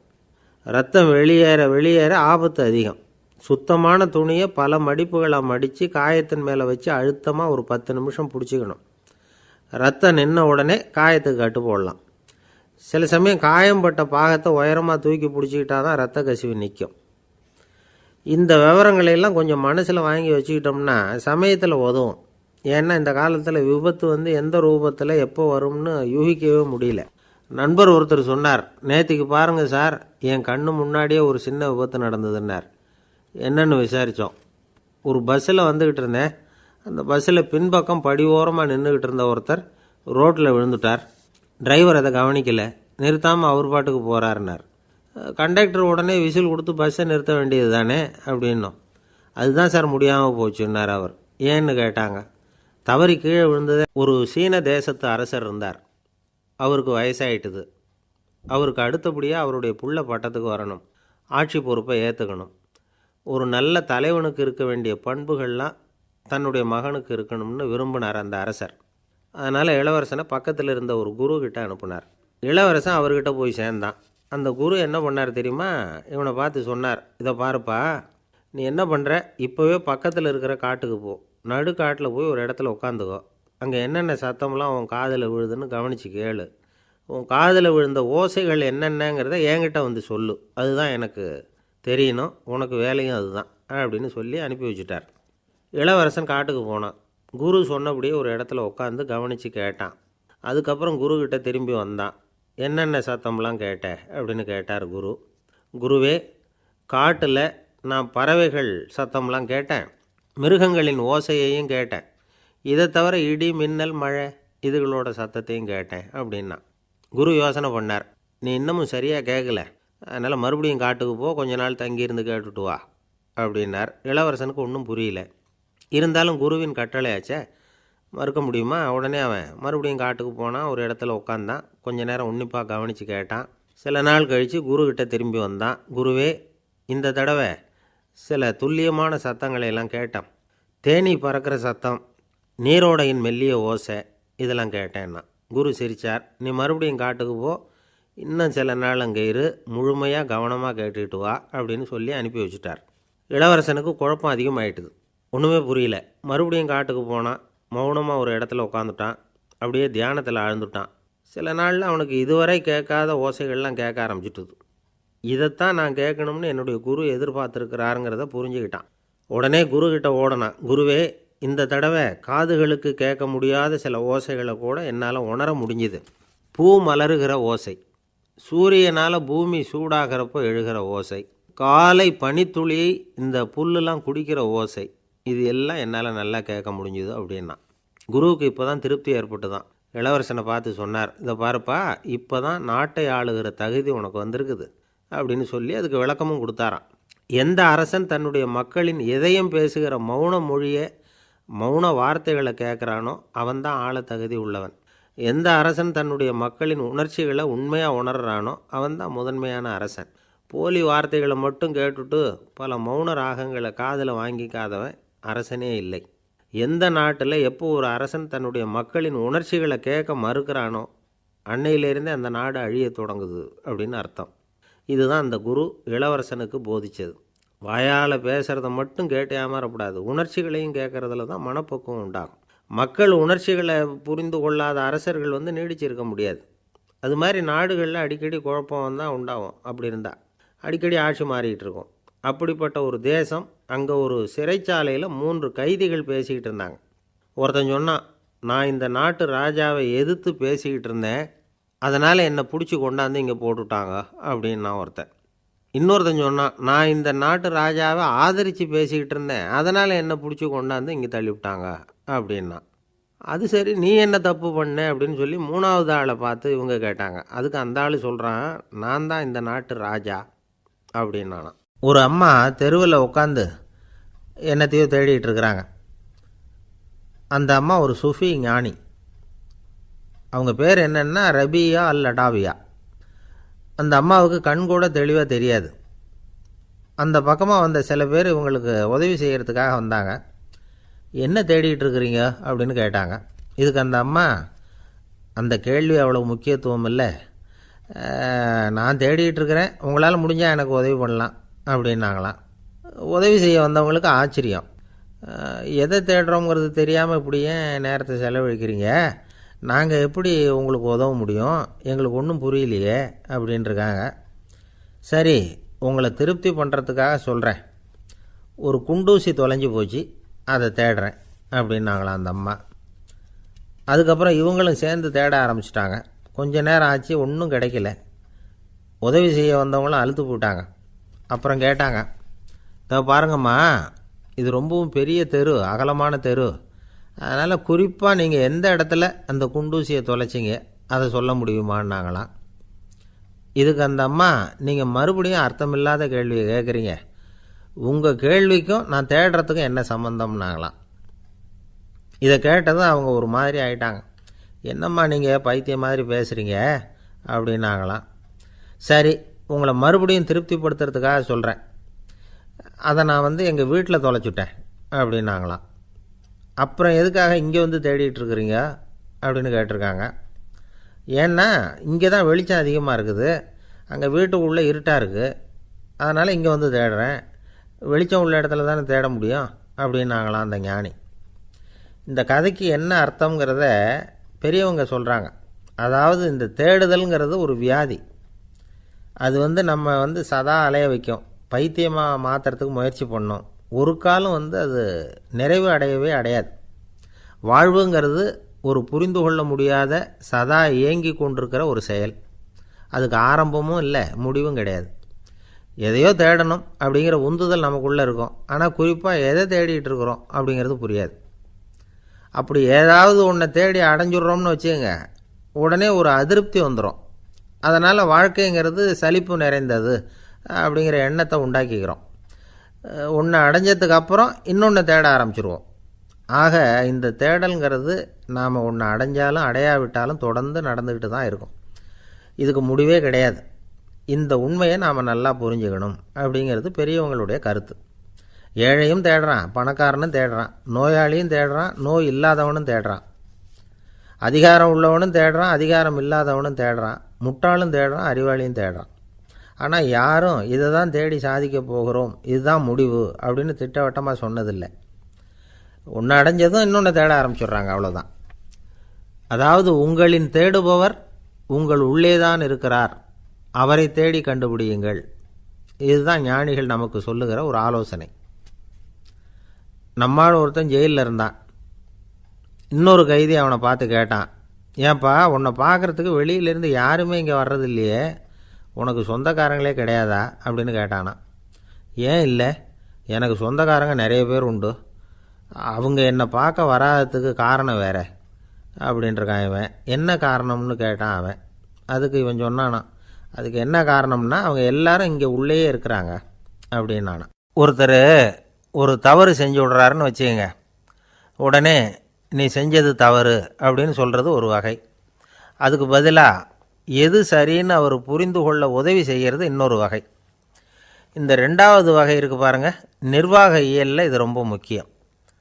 அலுவலகத்தில் வேலை பார்க்குற ஒருத்தர் முக்கியமாக தெரிஞ்சுக்க வேண்டியது என்ன தெரியுமா? சக ஊழியர்கள்கிட்ட எப்படி பழகணும், மேலதிகாரிகள்கிட்ட எப்படி பழகணும், தனக்கு கீழே வேலை செய்கிறவங்கக்கிட்ட எப்படி பழகணும், வாடிக்கையாளர்கள்கிட்ட எப்படி பழகணும், இவங்க எல்லார்கிட்டையும் செம்மையான உறவை ஏற்படுத்திக்கிறது எப்படி, இதையெல்லாம் சொல்லிக் கொடுக்குற பாடம் தான் இன்டர் பர்சனல் ஸ்கில், திறமையான உறவு அப்படிங்கிறது. எந்த வேலையில் இருந்தாலும் சரி, இந்த உறவுகளை வளர்க்கும் திறன் உள்ளவங்க சீக்கிரம் முன்னுக்கு வந்துடுறாங்க. மற்றவங்கக்கிட்ட உறவை பலப்படுத்திக்கிறது எப்படி அப்படின்னு தெரிஞ்சுக்கிட்டோம்னா எந்த ஒரு தடையையும் சுலபமாக தாண்டி செய்கிற தொழிலில் முன்னுக்கு வந்துடலாம். ஹார்வர்டு பல்கலைக்கழகத்தில் ஒரு கணக்கெடுப்பு பண்ணி பார்த்தாங்களாம். பார்க்குற வேலையில் எது மாதிரி குணாதிசயம் உள்ளவங்க வேகமாக முன்னுக்கு வர்றாங்க அப்படின்னு தெரிஞ்சுக்கிறதுக்காக இந்த கணக்கெடுப்பு. வெவ்வேறு துறையில் வேகமாக முன்னுக்கு வந்திருக்கிற பல பேரை சந்தித்து இந்த சர்வேயை நடத்தியிருக்கிறாங்க. அவங்க கண்டுபிடிச்சி சொல்லியிருக்கிற உண்மை என்ன தெரியுமா? ஒருத்தர் ஒரு வேலையில் இருந்தால் அது சம்பந்தப்பட்ட சப்ஜெக்ட் பற்றிய அறிவு 35% இருந்தால் போதுமா. ஆனால் உறவுகளை வளர்க்கக்கூடிய திறன், இன்டர் பர்சனல் ஸ்கில்லு 65% வேணும். இப்படி உள்ளவங்க சீக்கிரம் முன்னுக்கு வந்துடுறாங்களாம். அதனால் ஒருத்தருக்கு வேலை சரியாக புரியலைன்னா கூட விவரமாக மற்றவங்கக்கிட்ட பழகிறது எப்படின்னு புரிஞ்சால் போதும், அவர் முன்னுக்கு வந்துடலாம். அலுவலகங்களில் மட்டும் இல்லை, எல்லா இடங்கள்லேயும் இது ரொம்ப முக்கியம். வீட்டுக்குள்ளேயும் இது ரொம்ப முக்கியம், வீட்டுக்கு வெளியேயும் இது முக்கியம். அடுத்தவங்கக்கிட்ட பழகிறது எப்படிங்கிறத தெரிஞ்சிக்காதவன் வாழ்க்கையில் முன்னேற முடியாது. இன்றைக்கி ஆயுதங்களால் காயப்படுத்தி கொள்ளுகிறவர்களை விட வார்த்தைகளால் காயப்படுத்தி கொள்ளுகிறவர்கள் தான் அதிகம். பெரியவங்க என்ன சொல்கிறாங்க தெரியுமா? நீங்கள் இந்த பூமியில் பிறந்ததன் அர்த்தம் பூர்த்தியாகணும்னா அடுத்தவங்களுக்கு உதவி பண்ணுங்கள். அடுத்தவங்களுக்கு உதவி செய்ய முடியாவிட்டால் கூட பரவாயில்லை, ஆனால் யாரையும் புண்படுத்தி விடாதீங்க அப்படின்னு சொல்கிறாங்க. எனக்கு தெரிஞ்ச ஒருத்தர் ஒரு அலுவலகத்தில் வேலை பார்க்குறார். அவர் சொல்லுவார், எனக்கு இந்த இன்டர் பர்சனல் ஸ்கில் ரொம்ப அதிகம் சார். சக ஊழியர்கள்கிட்ட ரொம்ப சுமூகமாக நடந்துக்குவேன். என் கூட வேலை பார்க்குற ஒருத்தருக்கு ஏதாவது ஒரு கஷ்டம்னா அந்த சமயத்தில் அவர் செய்ய வேண்டிய வேலையை நான் செஞ்சுருவேன் சார் அப்படிம்பார். நான் அவர்கிட்ட சமீபத்தில் அப்படி ஏதாவது செஞ்சுருக்கீங்களா அப்படின்னு கேட்டேன். செஞ்சுருக்கேன் சார். போன வாரம் புதன்கிழமை ஆஃபீஸில் என் பக்கத்து சீட்டுக்காரருக்கு வயிற்று வலி. உடனே நான் மெடிக்கல் லீவ் போட்டுவிட்டு எங்கள் வீட்டுக்கு போயிட்டேன் சார் அப்படின்னார். இந்த காலத்து புள்ள ஒருத்தன் தன்னோட அப்பாவை பார்த்து சொன்னான், அப்பா நான் உனக்கு உதவி செய்யலாம்னு நினைக்கிறேன், என்ன உதவி செய்யணும்னு சொல்லு அப்படின்னா. நீ சும்மா இருந்தால் அதுவே எனக்கு செய்கிற பெரிய உதவிடா அப்படின்னார் அப்பா. சும்மா இருக்கிறதும் ஒரு உதவி தான், அது மாதிரி மௌனமும் ஒரு சமூக சேவை தான் அப்படிங்கிறார் காஞ்சி பெரியவர். நமக்கு 5 புலன்கள் இருக்குது, மெய், வாய், கண், மூக்கு, செவி. இந்த 5லேயும் அதிகப்படியான வேலை எதுக்குன்னு நினைக்கிறீங்க? வாய்க்கு தான். ஏன்னா அதுக்கு 2 வேலை. இப்போ கண்ணுக்கு பார்க்குறது மட்டும்தான் வேலை, காதுக்கு கேட்குறது மட்டும்தான் வேலை, மூக்குக்கு வாசனை அறியறது தான் வேலை, உடம்புக்கு உணர்றது மட்டும்தான் வேலை. ஆனால் வாய் அப்படி இல்லை, அதுக்கு 2 வேலை. சாப்பிட்றதும் அதுதான், பேசுகிறதும் அதுதான். அதாவது வாய் ஒன்று தான் கர்மேந்திரியமாகவும் இருக்குது, ஞானேந்திரியமாகவும் இருக்குது அப்படின்னு சொல்லுவாங்க. சாப்பாட்டில் உட்காந்தா எந்தெந்த ஆகாரம் என்னென்ன ருசின்னு அறிவிக்கிற வேலையும் செய்யுது. சபையில் உட்காந்தா பாடுறது, பேசுறது, சிரிக்கிறது, இது மாதிரியான வேலையும் செய்யுது. இன்னொரு வித்தியாசம், கண்ணு, காது, மூக்கெல்லாம் ஸ்ட்ரெயின் பண்ணிக்கிட்டு வேலை செய்கிறதில்ல.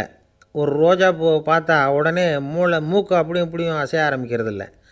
ஒரு சங்கீதத்தை கேட்ட உடனே காது ஆட ஆரம்பிக்காது. ஆனால் வாய் அப்படி இல்லை, அது பேசினாலும் சரி சாப்பிட்டாலும் சரி அசைஞ்சு தான் ஆகணும். ஆக மற்றதை விட வாய்க்கு வேலை ஜாஸ்தின்னு தெரியுது. சாப்பிட்றது, பேசுறது அப்படின்னு 2 காரியம் அதுக்கு. இப்படி 2 காரியம் இருக்கிறதுனால அது 2ஐயும் பாதியாக குறைச்சிக்கணுங்கிறது கடவுள் அபிப்பிராயமாக இருக்கணும் அப்படிங்கிறார் காஞ்சி பெரியவர். ஆனால் இப்போ நாம் அப்படியே நடந்துக்கிறோம், அதுக்கு நேர்மாறாக நடந்துக்கிறோம். நாம் சாப்பிட்றதும் அதிகம், பேசுகிறதும் அதிகம், 2 வேலையையும் தேவைக்கு அதிகமாகவே செய்கிறோம். வாய் தான் ரொம்ப ஓவர் ஒர்க்குடு. அதுக்கு ஓய்வு கொடுத்தா உடம்பும் நல்லாயிருக்கும், உலகமும் நல்லாயிருக்கும். மௌன விரதம் இருக்கிறதெல்லாம் எதுக்காக நினைக்கிறீங்க? இதுக்காக தான். இந்த காலத்தில் மௌனமாக இருக்கிறவங்கெல்லாம் மகத்தான தொண்டு செய்கிறாங்க அப்படின்னு தான் சொல்லணும். சத்தம் அதிகமாக போய் தான் சவுண்டு பொல்யூஷன் வருது. அது மட்டும் இல்லை, மௌனமாக இருந்தால் சண்டை சச்சரவே வராது. மௌனம் கலக நாஸ்தி. ஆக இதுவும் ஒரு சமூக சேவை தான். நமக்கு தான் வாய் இருக்குதேங்கிறதுக்காக வசமாக சாப்பிட்றதும் தப்பு, வளவளன்னு பேசுகிறதும் தப்பு. ஒரு கருத்தை சொல்கிறதுக்கு ஒரே ஒரு சொல்லு போதும் அப்படின்னு இருக்கும்பொழுது 2 சொற்களை செலவு பண்ணாதே. எவ்வளவு சொன்னாலும் அதனால் ஒரு பயனும் விளையாது அப்படின்னு தெரிய வருமேயானால் அந்த ஒரு சொல்லையும் விரயம் பண்ணாதே அப்படிங்கிறார் ஒரு அறிஞர். எல்லா குணங்கள்லேயும் மௌனம்தான் சிறந்தது அப்படிங்கிறார் ஒருத்தர். மௌனமாக இருக்கிறது மூலமாக மற்றவர்கள் குறைகளை நம்மால் தெரிஞ்சிக்க முடியும். அதே சமயத்தில் நம்மக்கிட்ட இருக்கிற குறைகளை மற்றவங்களுக்கு தெரியாமல் மறைச்சிக்கவும் முடியுங்கிறார் அவர். உண்மைதானே? ஒரு பெரிய மேடை பேச்சாளர், பொது வாழ்க்கையில் 25 வருஷ காலமாக ஈடுபட்டிருக்கிறவர். அவர் மனைவி ஒரு நாள் சொன்னாங்க, எங்கள் வீட்டுக்காரர் 25 வருஷ காலமாக பொது வாழ்வில் ஈடுபட்டிருந்தா கூட இந்த மாதம் 10ஆம் தேதியிலேருந்து தான் மக்களுக்கு சேவை செய்ய ஆரம்பிச்சிருக்கார் அப்படின்னு நாங்கள் ரொம்ப பெருமையாக. 10ஆம் தேதிக்கு அப்படி என்ன விசேஷம் அப்படின்னு கேட்டோம். அன்னையிலேருந்து தான் அவர் மேடையில் பேசுகிறத நிறுத்தினார் அப்படின்னாங்க அந்த அம்மா. ஒரு மனுஷனுக்கு 3 விதத்தில் கர்வம் உண்டாகிறதுக்கு வாய்ப்பு உண்டு. பணம், பதவி, புகழ். பணம் அதிகமாக வந்தால் கர்வம் வரலாம். பதவி பெருசாக வந்துட்டுதுன்னா கர்வம் வரலாம். புகழ் அதிகமாக போனாலும் கர்வம் வரலாம். இந்த 3 வகையான கர்வத்துக்கும் இடம் கொடுக்காமல் இருக்கிறாங்க பாருங்கள், அவங்க தான் சிறந்த மனிதர்கள். ஒரு பெரிய பொறுப்பில் இருக்கிறவங்களுக்கு கர்வம் வந்துடக்கூடாது. அப்படி வந்துட்டுதுன்னா அது எல்லாருக்கும் இடைஞ்சல். ஒரு ராஜா இருந்தார். அவர் ஒரு நாள் தன்னுடைய தலைநகரத்தை சுற்றி வந்துக்கிட்டு இருந்தார். ஒரு இடத்துல ஒரு அழகான நிலத்தை பார்த்தார். ஆஹா, இந்த இடத்துல நமக்குன்னு ஒரு மாளிகையை கட்டினா எவ்வளோ நல்லாயிருக்கும் அப்படின்னு நினச்சார். ராஜா நினச்சா அது முடியாத காரியமா? சரி, இந்த நிலம் யாருக்கு சொந்தம்னு விசாரிங்க அப்படின்னார் பக்கத்தில் இருந்தவங்கக்கிட்ட. அவங்கெல்லாம் ஓடி போய் விசாரித்தாங்க. அந்த இடம் ஒரு வயசான கிழவிக்கு சொந்தம், வயசான அம்மாவுக்கு சொந்தமாக.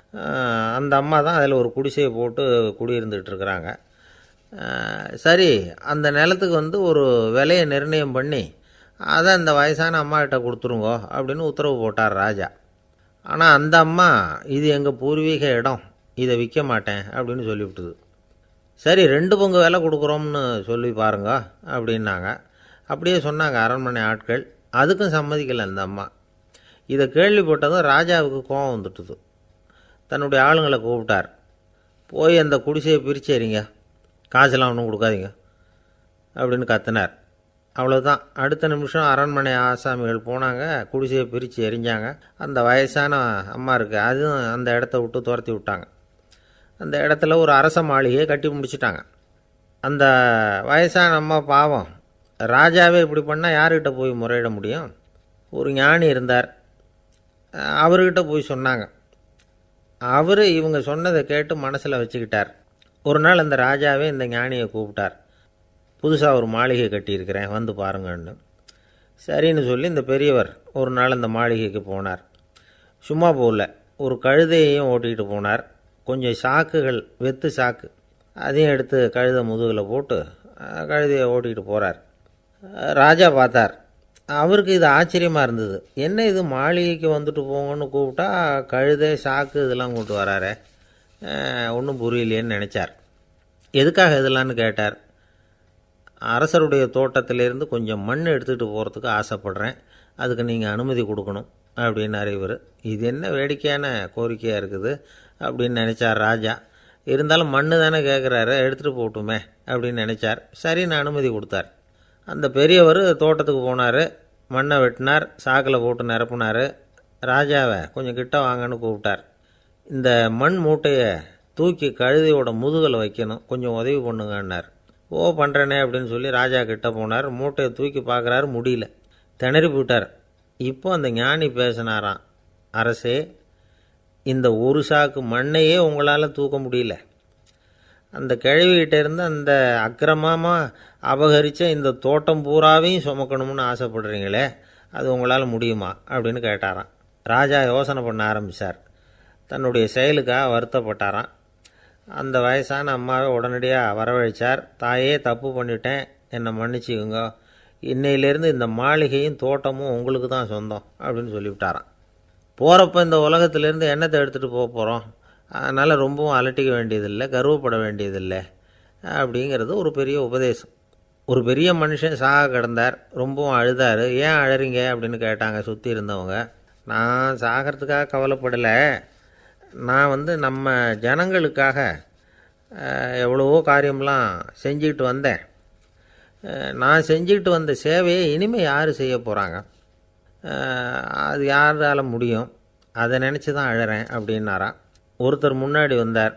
அதுக்காக நீங்கள் கவலைப்படாதீங்க, உங்கள் சேவையை தொடர்ந்து செய்கிறதுக்கு என்ன மாதிரி இளைஞர் பட்டாலும் தயாராக இருக்குது, இருந்தாலும் எங்கள் கவலை என்னென்னா அப்படின்னு இழுத்தார். என்ன சொல்லுங்கன்னு கேட்டார் அவர். நீங்கள் இது வரைக்கும் என்ன சேவை செஞ்சுக்கிட்டு வந்தீங்க, அதுதான் எங்களுக்கு இன்னமும் புரியாத புதிராக இருக்குது அப்படின்னாராம் அவர். ஒருத்தர் முகத்தை தொங்க போட்டுக்கிட்டு ஒரு மாதிரியாக வந்தார். என்ன விஷயம்னு விசாரித்தேன். என்னுடைய நண்பன் ஒருத்தங்கிட்ட கருத்து வேறுபாடு, இனிமேல் நமக்குள்ளே எந்த சம்மந்தமும் வேணாம்னு நட்பை முறிச்சிட்டு வந்துட்டேன்னா. நண்பர்கள்னு இருந்தால் கருத்து வேறுபாடு வரத்தான் செய்யும்னு. கருத்து வேறுபாடு வராமல் இருக்கிறதுக்கு ஏதாவது வழி உண்டா அப்படின்னு கேட்டாங்க. அதை பற்றி நிபுணர்கள் சில யோசனைகளை சொல்லியிருக்கிறாங்கன்னு. முதல் விஷயம் என்னென்னா, உங்கள் நண்பனுக்கு ஒரு செய்தி சொல்லணும்னா அதை நீங்களே நேரடியாக சொல்லுங்கள், அல்லது உங்கள் கைப்பட கடிதம் எழுதுங்க. அதாவது நேரடி தொடர்பு முக்கியம். அதை விட்டுட்டு இன்னொருத்தர் மூலமாக நண்பர்களுக்கு செய்தி அனுப்புனா நீங்கள் சொல்கிற செய்தி அப்படியே போய் சேராது, அது சேதமாயிடும். கூட்டி குறைச்சி சொல்லிவிடுவாங்க, அது குழப்பத்தில் கொண்டாந்து விட்டுரும். இது ஒரு யோசனை. ரெண்டாவது யோசனை என்னென்னா, நீங்கள் ஒரு நல்ல காரியத்தை செய்யும் பொழுது உங்கள் நண்பரையும் சேர்த்துக்குங்க, அவருக்கும் அதில் ஒரு ஈடுபாட்டை உருவாக்குங்க. மூணாவது யோசனை, நம்ம பக்கத்தில் இருக்கிற நண்பர் மகிழ்ச்சி அடைகிற மாதிரி ஏதாவது செய்யணும். சின்ன சின்ன செயல்களாக இருந்தாலும் பரவாயில்ல, அவர் நமக்கு எதுவும் செய்யலையே, நாம் எதுக்கு செய்யணும் அப்படின்னு நினச்சிக்கிட்டு இருக்கக்கூடாது. நாலாவது யோசனை என்னென்னா, உங்களுக்கு ஒரு பிரச்சனையா அல்லது உங்கள் நண்பருக்கு ஒரு பிரச்சனையா, எதுவாக இருந்தாலும் 2 பேரும் சேர்ந்து உட்காந்து ஆலோசனை பண்ணுங்கள். நம்ம யோசனையும் கேட்கப்படுதே அப்படிங்கிற நினைப்பே அவருக்கு ஒரு மன நிறைவை உண்டாக்குமா. ஐந்தாவது யோசனை, உங்கள் நண்பர் ஏதோ ஒரு காரியத்தை செய்கிறார், நீங்கள் உடனே அவசரப்பட்டு நீ செய்கிறது தப்புன்னு தீர்ப்பு சொல்லக்கூடாது. அவர் அதை செய்கிறதுக்கான நியாயங்கள் எவ்வளவோ இருக்கும், அதை புரிஞ்சுக்கிறதுக்கு முயற்சி பண்ணணும். ஆறாவது யோசனை, உங்கள் நண்பர் என்ன சொன்னாலும் அதை பொறுமையாக கேளுங்க. அவர் சொல்கிறத புரிஞ்சுக்கணும், அவர் சொல்ல விரும்புகிறத புரிஞ்சுக்கணும், அவர் சொல்ல முடியாமல் தவிக்கிறதையும் புரிஞ்சுக்கணும். இப்படி 3 விதமாகவும் அவரை புரிஞ்சுக்கிட்டு அதுக்கு தகுந்த மாதிரி செயல்படணும். ஏழாவது யோசனை என்னென்னா, உங்கள் நண்பர் உங்ககிட்ட ஏதோ ஒரு கருத்தை சொல்கிறார், அது உங்களுக்கு பிடிக்கல, அதுக்காக உடனே நீ சொல்கிறது சரியில்லை, நான் ஒத்துக்க மாட்டேன் அப்படின்லாம் மறுத்துக்கிட்டு இருக்கக்கூடாது. அவர் சொல்கிறத கேட்கணும், பொறுமையாக சிந்திக்கணும், அதுக்கப்புறம் பதில் சொல்லணும். இப்படிலாம் நடந்துக்கிட்டால் நண்பர்களுக்குள்ள கருத்து வேறுபாடு வர்றதுக்கு வாய்ப்பே இருக்காது அப்படின்னு வல்லுநர்கள் தொகுத்து சொல்லியிருக்கிறாங்க இந்த யோசனைகளை. எனக்கு தெரிஞ்ச சில நண்பர்கள் உண்டு, அவங்களுக்குள்ளேயும் கருத்து வேறுபாடுகள் வராமல் இருக்கிறதுக்கு சில நுட்பங்களை கையாளுறது உண்டு. ஒருத்தர் சொன்னார், அந்த டாக்டர் சின்ன வயசுலேருந்து என் கூட பழகினவர், நாங்கள் 2 பேரும் இணை பிரியாத நண்பர்கள், இருந்தாலும் எனக்கு உடம்பு சரியில்லைன்னா நான் அவர்கிட்ட வைத்தியம் பார்த்துக்க மாட்டேன் அப்படின்னார் ஒருத்தர். ஏன் அப்படின்னு கேட்டேன். எங்கள் நட்பு கெட்டுப்போடக்கூடாது இல்லையா, அதனால தான் அப்படின்னார் இவர். ஆஃபீஸை முடிஞ்சு வீட்டுக்கு போகிற சமயத்தில் ஒருத்தர் கடைக்கு போய் ஸ்வீட் வாங்கினார். சரி, வீட்டுக்கு பிள்ளைங்களுக்கு தான் வாங்கிட்டு போகிறார் அப்படின்னு மற்றவங்க நினச்சாங்க. அவர் அப்படி செய்யலை. அந்த இடத்துலையே பொட்டலத்தை பிரித்தார். திருட மாதிரி அப்படியே சுற்றி ஒரு தரம் பார்த்துக்கிட்டார். யாரும் தெரிஞ்சவங்க இல்லைங்கிறத முடிவு பண்ணிவிட்டு அவசரமாக அதை அப்படியே போட்டு முழுங்கிவிட்டு கையை தொடச்சிக்கிட்டு நல்ல பிள்ளை மாதிரி நடந்து போக ஆரம்பிச்சிட்டார். அவர் யாருன்னா, அவரோட பிரச்சனை எல்லாருக்கும் தெரியாது, சில பேருக்கு தான் தெரியும். அதாவது அவர் உடம்பில் சர்க்கரை இருக்குதுன்னு டாக்டர் சொல்லிவிட்டாராம். அதனால் வீட்டில் சர்க்கரையே இவர் கண்ணில் காட்டுறதில்ல. அதனால் இவர் யார் கண்ணிலையும் படாமல் இப்படிப்பட்ட வேலைகள்லாம் செய்கிறது வழக்கம். யாருக்கும் தெரியாமல் இப்படி ஸ்வீட்டை வாங்கி சாப்பிட்டுட்டு அவர் பாட்டுக்கு போயிடுறது. இப்படிப்பட்டவங்களுக்கெல்லாம் கொஞ்சம் ஆறுதலான தகவல் இன்றைக்கி. அது என்னென்னா, நாம் சாப்பிட்ற சர்க்கரைக்கும் நம்ம உடம்பில் உள்ள சில கோளாறுகளுக்கும் அப்படி என்ன தான் சம்மந்தம் இருக்குது. இதை பற்றி சமீபத்தில் சில ஆராய்ச்சிகள்லாம் நடந்திருக்குது. ஏன்னா சர்க்கரைன்னாவே விஷம் மாதிரி அதை பார்க்குறவங்களும் சில பேர் உண்டு. சின்ன பிள்ளைங்களுக்கு வயத்தில் பூச்சி உண்டாகிறதுலேருந்து பெரியவங்களுக்கு நீரிழிவு வர்ற வரைக்கும் எல்லாத்துக்கும் சர்க்கரை தான் காரணம்னு சொல்லிகிட்டு இருக்கிறோம்.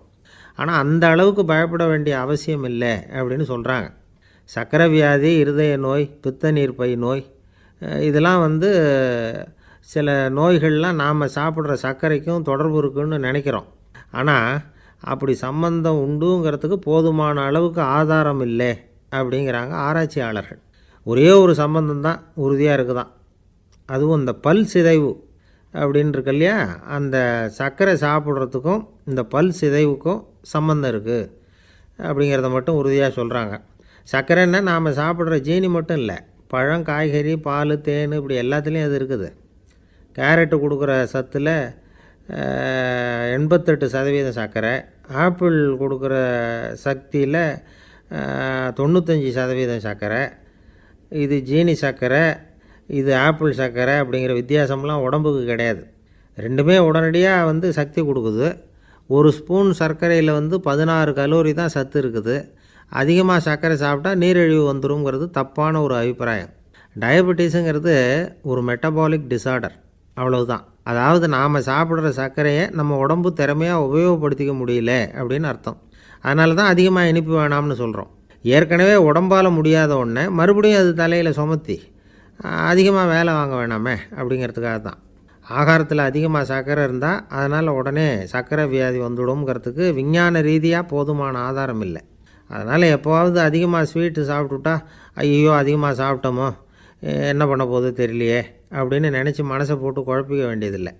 பொதுவாக எதுவுமே அதிகமாக வேண்டாம், எல்லாம் சீராக இருந்தால் போதும்.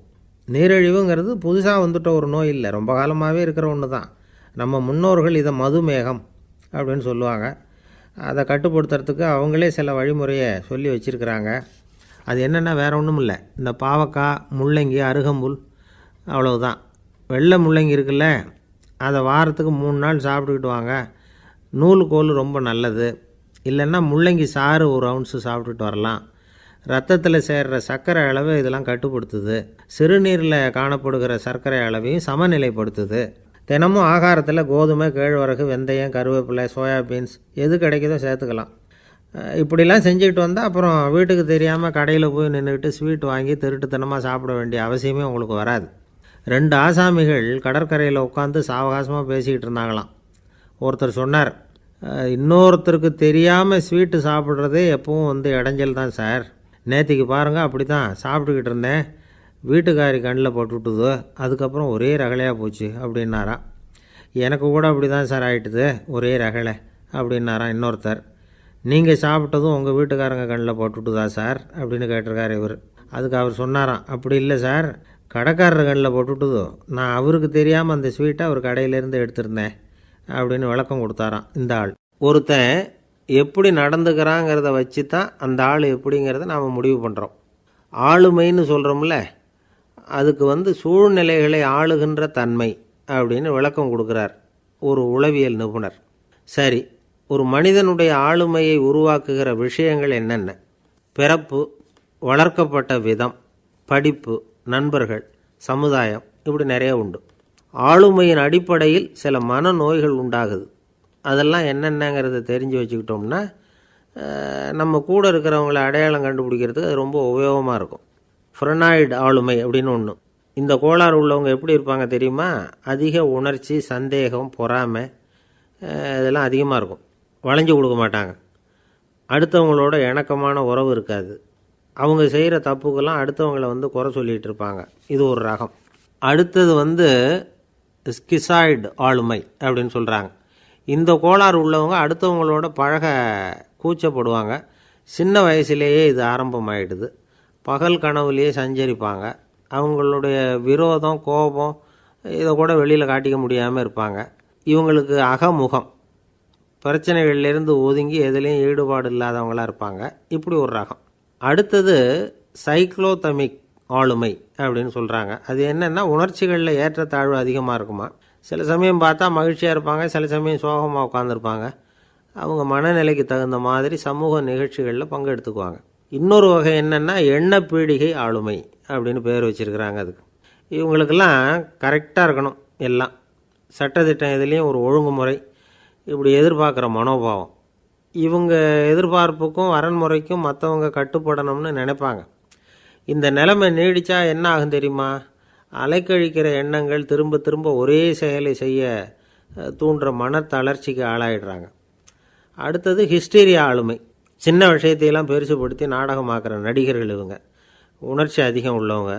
இவங்க மன எழுச்சியில் பக்குவமின்மை, குழந்தைத்தனம், முதிர்ச்சியின்மை எல்லாம் இருக்கும். தன்னலம் மிக்க குணம், பிறர் தன்னை மட்டுமே கவனிக்கணும்னு நினச்சி செயல்படுறது, இதெல்லாம் இவங்க அடையாளம். அடுத்த ரகம் எப்படின்னா வளர்ச்சியற்ற ஆளுமைன்னு சொல்கிறாங்க.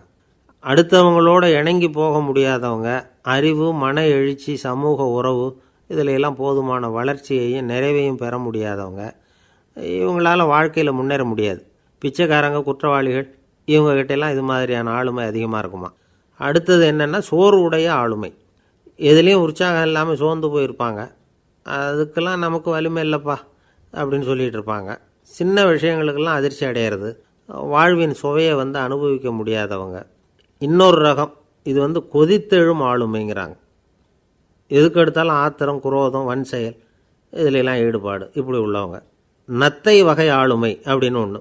அடுத்தவங்க மேலே விரோதம் இருக்கும், அடிக்கணுங்கிற எண்ணம் இருக்கும். ஆனால் அதை அப்படியே வெளியில் காட்டாமல் அதே சமயம் அமைதியான முறையில் வெறுப்பை வெளிக்காட்டுற ரகம். இவங்கெல்லாம் பேசாமல் கம்முன்னு இருந்துக்கிட்டே நினச்சதை நிறைவேற்றிக்கிடுவாங்க. முன்ஜாக்கிரதை ஆளுமை அப்படின்னு ஒரு ரகமாக. பாதுகாப்பின்மை, சந்தேகம், முழுமையின்மை, அறவேக்காட்டுத்தனம் இந்த மனப்போக்கு அதிகமாக இருக்கிறதுனால அகம்பாவம், புடிவாதம், எச்சரிக்கை எல்லாம் அளவுக்கு மீறி இருக்கும். இதுவரைக்கும் நாம் பேசிக்கிட்டு இருந்த ஆளுமை பண்புகள் அளவுக்கு அதிகமாக போயிட்டுதுன்னா ஆளுமை கோளாறுகள் ஏற்படும்.